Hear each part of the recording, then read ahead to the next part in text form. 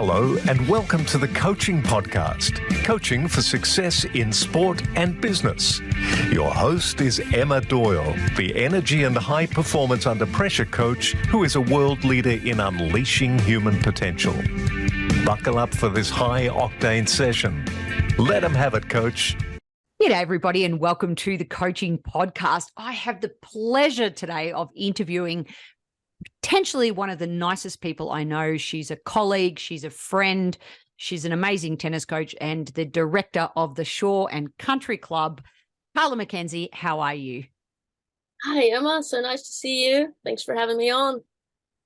All right. Well, Carla McKenzie, for those of you who don't know, because she is very humble, was inducted to the Methodist University Athletic Hall of Fame. She is a PTR Master Professional and the 2019 PTR Coach Developer of the Year. Like, hello, amazing. I can't wait to talk to you about what makes a great coach developer. USPTA Elite Professional in the tennis world. She's done many other education coaching certificates, even with Open Door Coaching, leader as coach. And she was a 3-time All-American, 2-time national doubles champion with Methodist University. I'll stop there, Carla, because I need to get into the show. You know, you are very humble. And so I want people to know that you are amazing. So yeah, you're not allowed to say otherwise. So you just have to smile. Okay. All right. Let's get into it. The first question, you know me, is the Vegemite question. You either love it or you dislike it. What's your take? Never tried it, Emma, but I've heard mixed reviews, and I do look forward to trying it next January when we are down under. Yes. Well, actually, I'm going to be seeing you in May. To be honest, I'm going to bring some with me. Let's not wait for this experience for you. All right. In that case, okay, Carla, I'm going to go pineapple on a pizza. What do you think? Do you love it? I like pineapple on a pizza, especially if there's some ham on there with it. You can start with your best coaching moment and what might be a lesson or two. What are your thoughts? So my best coaching moment probably came 2 winters ago when I was mentoring a young coach that didn't have any proper training or coach education.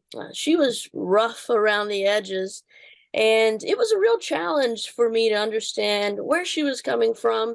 We had opposite personalities. Our communication and organizational skills were very different, and we just didn't hit it off at first. But I trusted the process. I kept listening to her and just tried to get to know her as the person and understand, what motivates her, what drives her. And once I discovered that, we started to make a lot of progress. And I guess the takeaway story is, at the end of those 12 weeks, I'm pretty sure I learned more from her than she learned from me. I love that, because we never know what somebody is going to teach us.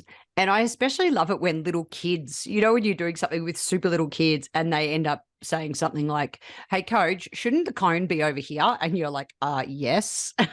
They're so much smarter than we are, but we can learn so much from our people. And one thing, again, I'm going to keep pumping up your tires this whole episode because I believe you are a great coach. It's why you're on the show. So the one thing I want to pick up on in what you said, Carla, is around rapport building and taking the time, especially with these younger coaches.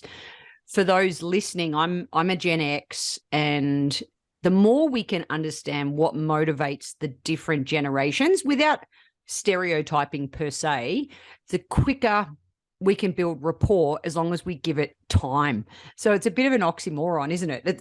We want to build rapport quickly because we're all time poor, but at the same token, you have to allow the time to get to know the person that you're working with. So that's an awesome story. Thanks for sharing that. What about on the flip side, mate? A coaching moment that didn't go well? The first lesson I ever taught. I was 21 years old in college, working at a seasonal club in Connecticut, and I thought I was ready to coach. It looked easy. I was a good tennis player. I felt prepared. I had a few drills that I was going to do, felt confident, and 10 minutes in, I realized I have no idea what I'm doing out here. I should give this person their money back right now. So, the takeaway for me there was I need a good mentor and I need some coach education now. Immediately. Immediately. 101, I need an upgrade, I need to upskill. And you do a lot of coach education. You do a lot of coaching the coaches how to coach yourself now. You prioritize that with your programs, which is absolutely fantastic. My very first lesson, Carla, I just looked at the court next to me and I just copied. I was like, okay, they're doing this activity. I'm going to do that activity. They're doing this activity. I'm going to do that activity. And again, there was no through line. It felt like just that one activity, not connecting to the next, to the next, to the next. So there were many moments in chapter 1 where I can relate to what you shared. And one of the funniest stories about a mutual coach that we know, when this coach first came off the tour, their game style was all serve and volley. And so they got out there with their 3.0 ladies doubles teams and tried to make these people serve and volley. And it was a disaster first lesson, thinking, I've come off the tour. I'm a good player. This coaching game, it's easy. It's not so easy. So the importance of education. Thank you for that. What about a sliding doors moment?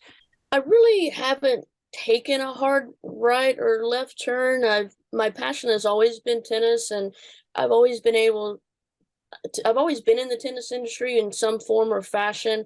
I've been a college professor for the professional tennis management program. I've owned a brick and mortar tennis retail shop. I've consulted for other clubs. I've been an assistant pro, head pro, director. So although I've held different positions along the way, they have always been in the tennis industry. And it sounds like it's been a gradual stretch, which also is super important for our listeners to consider. I've said this before on many other podcasts, but I've only ever met 3 girls where I said, you have to step up and win for Australia today. That's literally 1 every 10 years. Not many people can sort of jump in the deep end. And I am 100% of the philosophy, and 99% of my clients, when we make that first step really easy, as you said, just even the analogy of going from an assistant coach to a head coach to a director, that doesn't just happen overnight. It's a gradual stretch of building your years of experience. Would you agree with that philosophy? Oh, 100%. I think when you're able to take those smaller steps, you're going to see more progress in the long run. And I've seen it happen, working with a lot of coach developers. They do get that bigger job too quickly and set themselves up for failure in some cases. How old were you when you started playing tennis? 10. Me too. It's interesting now how much younger people are starting. And who introduced you to the game? The high school coach at, where I grew up, went to high school, came to a Little League baseball game, and I was pitching that day. And I was, 10 years old, and it was in the summer. I was going to kind of a day camp that I absolutely hated. And he came up to me after the game and said, wow, looks like you've got a pretty good arm. Would you like to learn tennis? And I said, can we start tomorrow? Because I really hate this day camp my parents have me enrolled in. And he said, sure. So that's how I started. Oh, that's a great story. What about our guiding question? I know you've answered this before, and you feature in What Makes a Great Coach, Carla McKenzie. And so actually, I do have my book right here. I'm still very excited. So I'm going to pull up what you answered, and I'm curious to know whether it has changed or whether you're going to respond the same in 1 to a maximum of 3 words. What do you think makes a great coach? A coach that's able to adapt, a good listener, and a passionate coach. So I can elaborate on each of those if you want. Yes, I would love that. Thank you. And before you do, so you've in the book, your passion, listens, and relatable. So, okay. So there you go. So there's only one change to your answers, but I think that's important as well, because with our guiding question on the podcast, we have such an array of answers, of course, to the question. So I love when people are at different stages in their journey, different things become important. So so please go ahead. What do they mean to you? So just the ability to adapt under pressure is gold. I mean, when something goes off script or doesn't go as planned, can you adjust, tweak, modify without anyone knowing that you are stressed about the situation? And I feel that is a skill that all great coaches can do. And then listening. Some folks, they just want to be heard. And if you can take the feedback and do something positive with it, then they feel they've been heard. And our program here at the Shore and Country Club, it's grown over 300% since I've been here. And it's only because I listened to the members' ideas and the feedback they had, and all I did was implement them. That was it. And then for passion, I think when people can tell that you love what you do, it becomes infectious. And before you know it, you have a lot of passionate people surrounding you. And that's where you can thrive as a team. Passion breeds passion, doesn't it? Mm-hmm. And I think the way you lead by example, obviously I've been very fortunate to be a part of the Shore and Country Club, the kickoff weekend, year in, year out. And what I see that you bring to the club is it's almost like as Judy Murray would say, a snowball effect. When the leader is passionate, when the coaches are passionate and they want to be there, and I always say be in service to the sport, and our particular sport of tennis, all of a sudden other people can't help but be passionate with you. I really feel that whenever I'm there and whenever you and I have an opportunity to work together. So what about your question for us? What question really sparks your curiosity? I love when we go to these conferences or tennis congress, just sitting around and chatting about, what are you currently doing at your club? What is working well for you? What situations, are you facing that maybe you can share, or any stories you can share that may be beneficial to the group? I know I conducted 2 camps down in Florida last February with Marley Woods and Gary Ennis, which you know very well. And after each day, we would spend an hour or more just recapping the day, what went well, and hey, what can we do a little differently, a little better tomorrow? And just the conversations that stemmed from those 2 questions were so valuable. And I basically rewrote the model for my next camp in 2023. So the takeaway is, no matter how good the product is, can it be just a little bit better? And that's something that we do every week with my team at the club, as well as take them out every Tuesday night. We recap the week. Hey, what did we do well? And then where do we need to make adjustments, and where can we still improve and get better as a team? And just making those little adjustments and tweaks throughout the season can make a big difference. So what I want to pick up on there is those 2 simple questions. So coaches listening, don't underestimate the power of starting with the positive.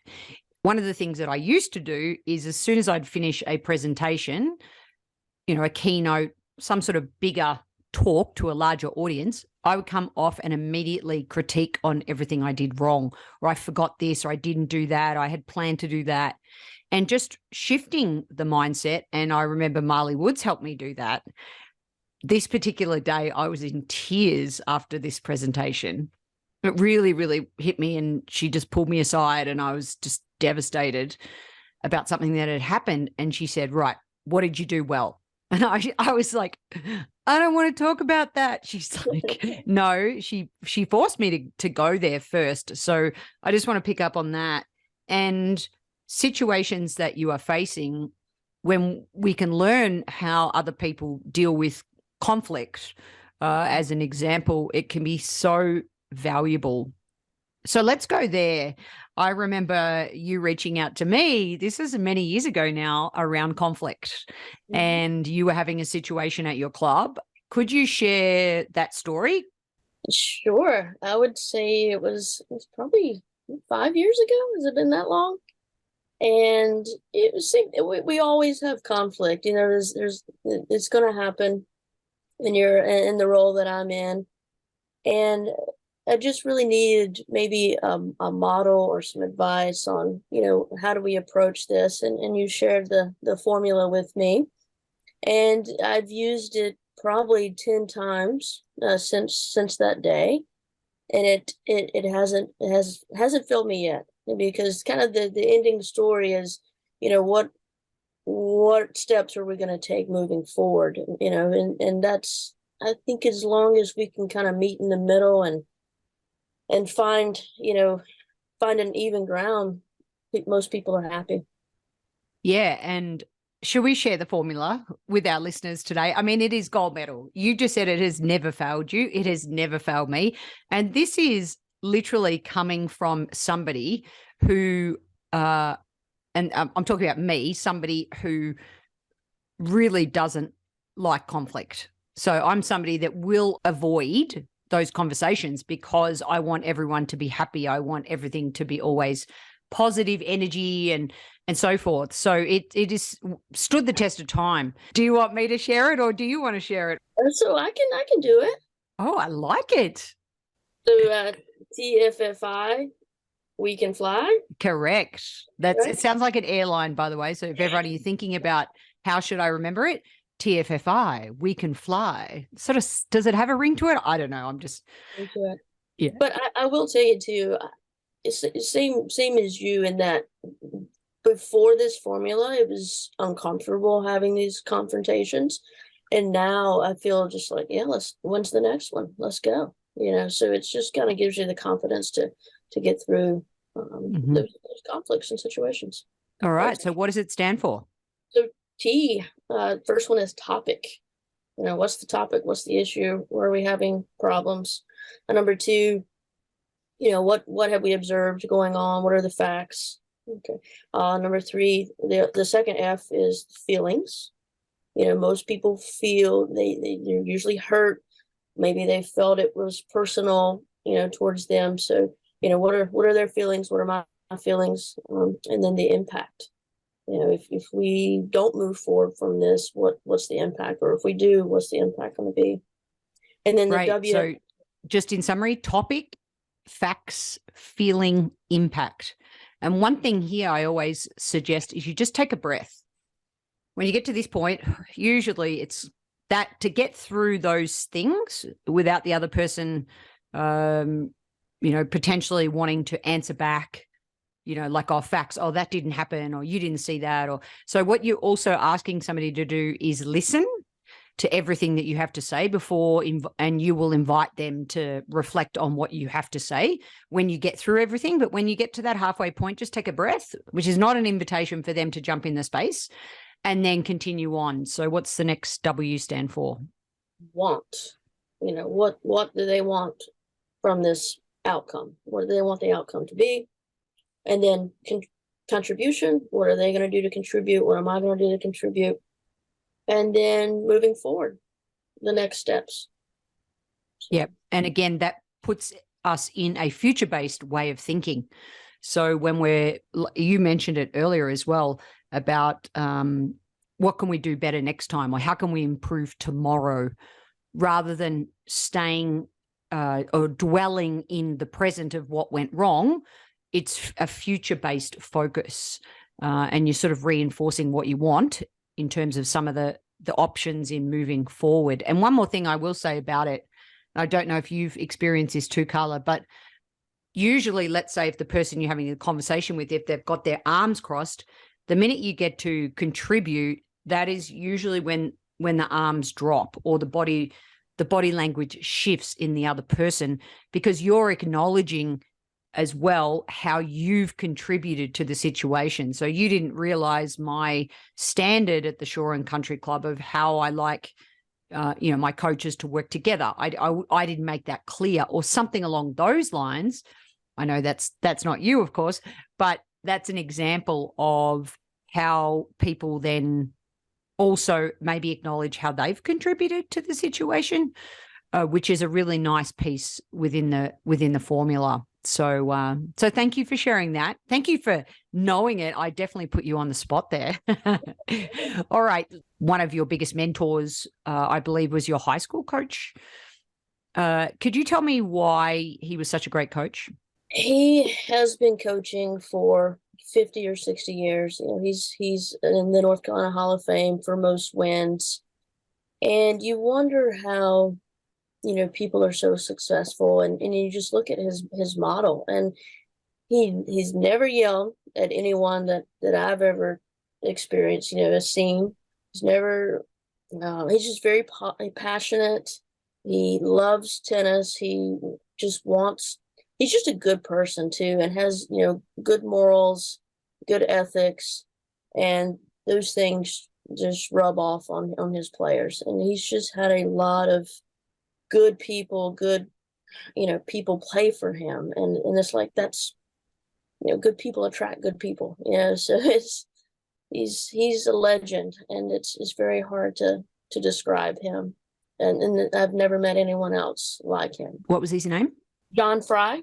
John Fry. Shout out to John. Awesome. Love that. How did you get started in being a clinician or a coach of the coaches? Yeah, so I love doing certifications. I'm a certification junkie. So after about 12 or 15 of them, I feel like I'm starting to get to where, go to these conferences and you kind of know exactly, what's being presented. You're not learning as much anymore because you're kind of at the top. You're still learning, but not, the curve is a little smaller. And, I just reached out to Brian Parkinen, and I said, Brian, I'm in North Carolina. There's not a lot of places hosting workshops in that area. Could I become a coach developer? I really have a passion for good coaching, and I really want to help coaches develop in North Carolina. And, we can go anywhere, so Connecticut as well. And so he said, sure, and I started doing some workshops, did the training, did some workshops, and I really love working with them. You learn from them, they learn from you, you share drills, you share ideas, you share stories, and that's probably the most fun thing about it. And what do you think makes a great coach developer? The difference between coaching adults, really, isn't it? I mean, most of our time as back in the tennis days, the bulk of your business can be juniors, for example. So what's one of the differences you see in sort of adult education? And obviously you do a lot of work with adults as well, I know, at your club, but could you sort of pinpoint the difference? I feel like though coaching is coaching. It doesn't matter if it's players or employees or coaches.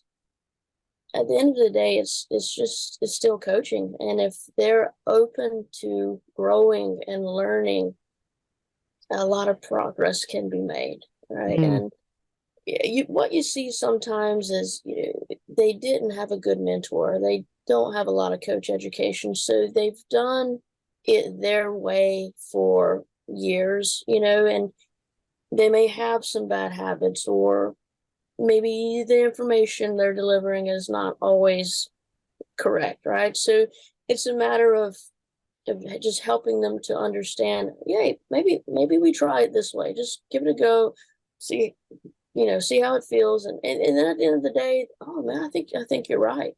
So it's hard sometimes changing that mentality a little bit, or breaking into that mentality a little bit, where I feel players are a little bit more receptive to it sometimes. The Coaching Podcast is sponsored by the Samson Agency, a boutique talent agency managing entertainers, artists, and athletes. You can learn more at thesamsonagency.com. And if you're interested in becoming a coach, check out opendoorcoachingusa.com for all our latest courses in Leader as Coach and our High Performance Workplace Coaching certification. Now let's get back to the show. I think that coaching, and I know that you and I have had many conversations about this, is unlocking a person's own potential to maximize their performance, versus a teaching pro who sometimes thinks that it's their job to teach and impart knowledge. And, definitely I used to coach that way, where I wanted to get everything out of my head as fast as I could, and give it to the player, which is a very a very nice thing to want to do. But the minute I realized when I heard that definition of coaching, and as you said, doesn't matter if it's a child, doesn't matter if it's an adult, or doesn't matter if I'm coaching coaches how to coach, how can you bring that out in somebody without telling them? And you mentioned one technique by saying, here, give this a go. You're not saying do it this way.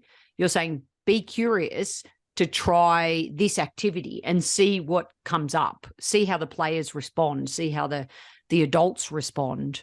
It's a really important coaching tool to be cognizant of. Tell me about, what do you think makes a great leader? Communication, organization, integrity, being honest up front with your team. When mistakes happen for us, it's usually lack of communication, like someone didn't get the message, or someone got double booked. So that comes down to organization, is how do these things happen, and how can we keep them from happening? And a good leader too, again, leads by example. So we work, really, really hard, long days. And if I'm out there doing the courts at 8:30 at night, they're going to be out there with me. So I don't expect them to do things that I'm not going to do. And sometimes I have to be careful and manage my time in other places. But at the same time, I think a leader is just, they're not afraid to take out the trash. They're not afraid to go the extra mile, for their staff. Yeah, it's such an important skill, isn't it?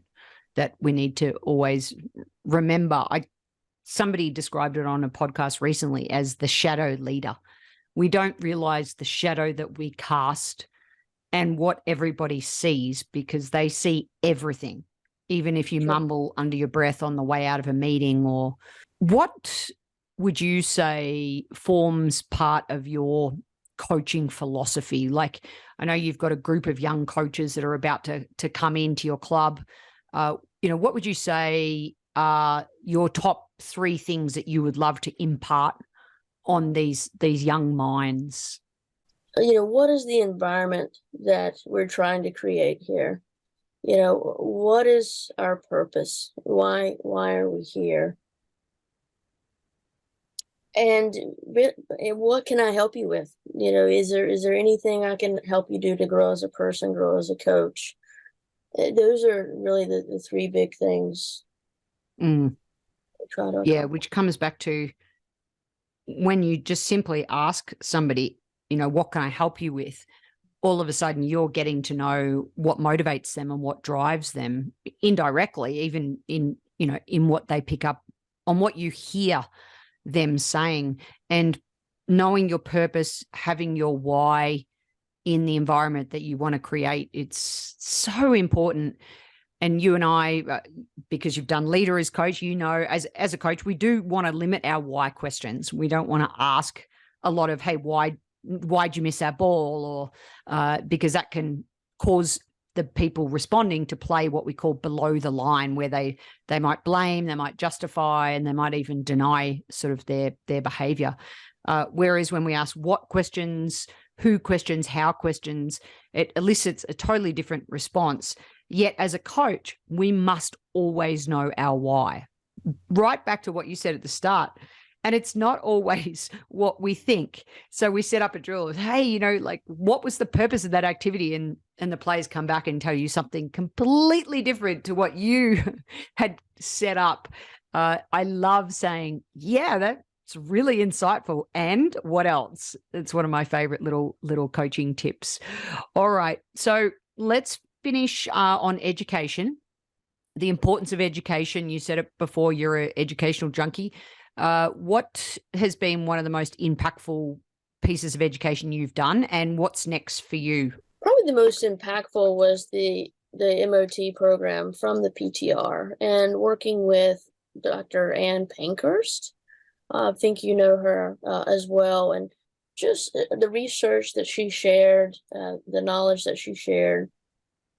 I've probably used that information more than anything else. But each certification, you get one takeaway and implement it here, one takeaway, implement it here. So all of them have their place for sure, but that was one of the best programs I'd ever done. And that's the first time I had ever recorded myself coaching, reviewed it, and said, oh, wow, we have some work to do here. So that was one of the greatest takeaways. And I would encourage every coach to do that if they have not. Record yourself coaching. And again, what went well, what can be improved upon? Where can we develop here? So, and what's next for me?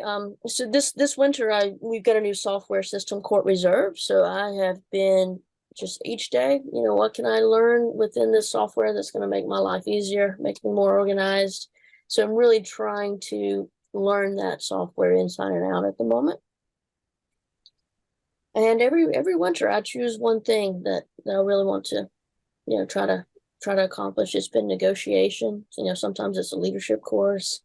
It might be another course in management or anything. So always looking to learn one more thing. What would you say to any coach out there listening who maybe doesn't have the confidence to, maybe they're more introvert or more reserved and, just feeling a little bit like not sure of taking the next step into coaching as a career? What advice would you have for that person?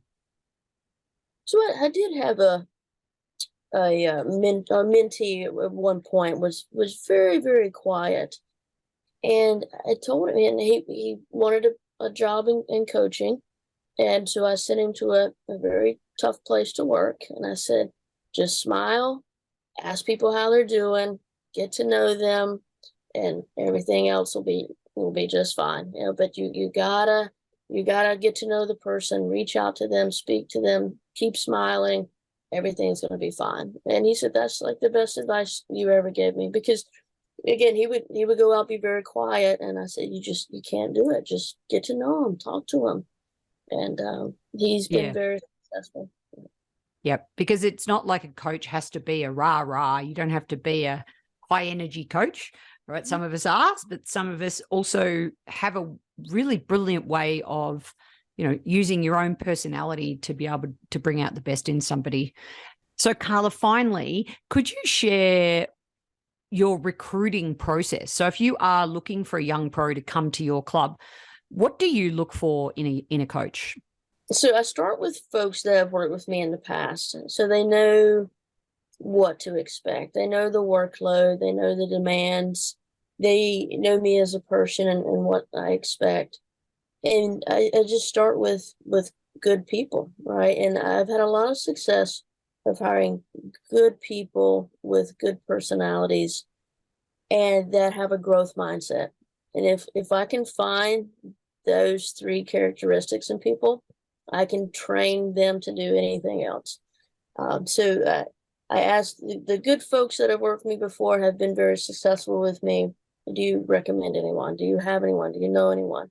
And they always do. And that's how I build my staff. I do not post it anywhere, promote it anywhere. It's all word of mouth from people who have worked with me in the past. Yeah, it's so powerful, isn't it? The impression that you leave on somebody to get a reference, you never know when that person's going to come back in your life or have them refer you on to someone else. So that's really great advice for people out there. And character and growth mindset, so important. So with passion, it's been a pleasure listening to you. And finally, just on adaptation, of course, by the time this episode comes out, we will have put your members through perform with pressure. So just a quick little reframe on, rather than perform under pressure, perform with pressure. So how do we embrace pressure? We're going to be putting them in all sorts of scoring scenarios for them to be able to adapt. being able to adapt not just makes a great coach, makes a great player, and makes a great person. Carla McKenzie, thank you so much for having me at the Shore and Country Club. I'm so excited, and I can't wait to hang out and just talk coaching with you. Thanks for being on the show, mate. Thank you, Vilma. And if you enjoyed this episode of the Coaching Podcast, please share it with a fellow coach, and thanks for listening.